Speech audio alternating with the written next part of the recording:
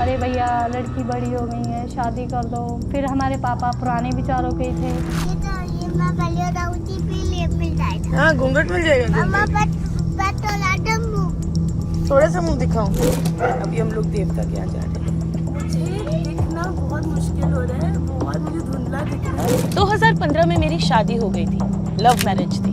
मतलब बगावत करके नहीं, बट लड़ झगड़ के तो शादी की थी। और आज 2025 में मैं अपने ससुराल आई।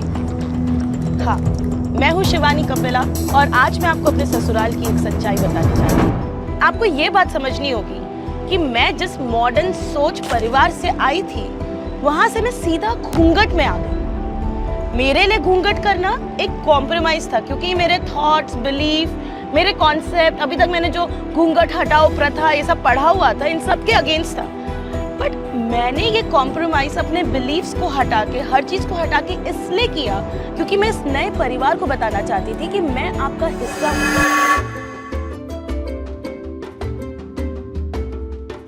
जो गांव का स्ट्रगल होता है ना, वो रियल है। आप देखो 2015 में जब मेरी शादी हुई तो मैं गई जुलेडा, जो मेरठ में है। वहां पे जाके एक्चुअली मेरे को एक कल्चरल शॉक लगा। जो मैंने देखा, जो मैंने महसूस किया, वो मेरे लिए एकदम नया था। के लिए ये पर्दा बहुत है। वहां पे मैंने कुछ एक अनयूजुअल सी चीज नोटिस की। वहां पे सारी औरतों ने घूंघट डाला हुआ था। मतलब ये यहाँ का ट्रेडिशन नहीं, इस खानदान का कल्चर था। सच बोलूं तो घूंघट में चलना बहुत मुश्किल होता है, कुछ दिखता नहीं है। मुझे तो स्पेशली कुछ नहीं दिख रहा था। और जब वॉशरूम के लिए आपको घर से बाहर थोड़ी दूर चल के जाना पड़े, हमारा घर यहाँ है और वॉशरूम यहाँ है, ये सब मैंने ना कभी देखा था ना कभी एक्सपीरियंस किया था। मुझे तो ऐसा लग रहा था जैसे कि मैं कोई नई दुनिया में आ गई हूँ। ये एक स्ट्रेंजर वाली फीलिंग आ रही थी मुझे वहाँ पे। बहुत सरप्राइजिंग लगा कि लड़के अलग सोते हैं और लड़कियां अलग सोती है गाँव में। मेरे पास दो ऑप्शन थे। पहला, मैं रिवोल्ट करती, मना कर देती कि नहीं मैं घूंघट नहीं डालती, आई एम नॉट कंफर्टेबल। और दूसरा, मैं इस गांव के वाइब को एंजॉय करती। अच्छा बताओ, सोचो मैंने क्या किया होगा। इनकी शादी को 10 साल हो गए और बड़ी यूट्यूबर भी बन गई है। ऐसे भी अब हाई हील पहन के और गुची का पर्स लेके स्टाइल मार के गाँव में आ सकती है। सब जानते हैं कि भाई यूट्यूबर है।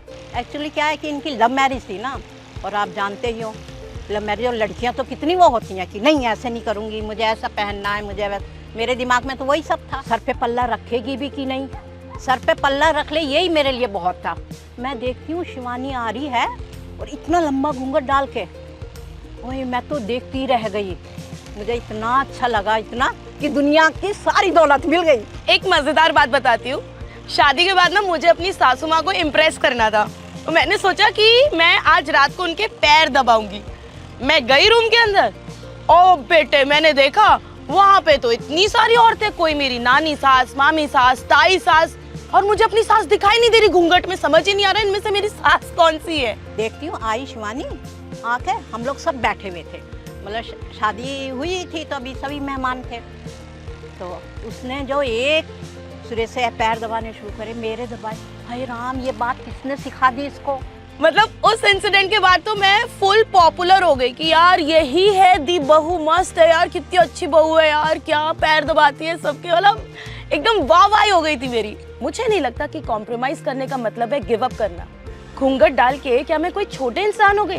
क्या मेरे बिलीफ्स टूट गए? क्या मेरा आत्मविश्वास टूट गया?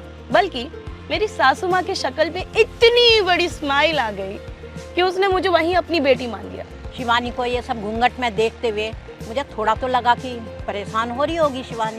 तो मैं बोली घूंघट डाल के रहना पड़ रहा है तुम। तो कह रही माँ मैं कितनी लकी हूँ, शहर की भी ज़िंदगी जीऊँगी और ये गांव की नसीब वालों को ही मिलता है दो तरह का जीवन। मुझे इतना अच्छा लगा, कितनी समझदार है।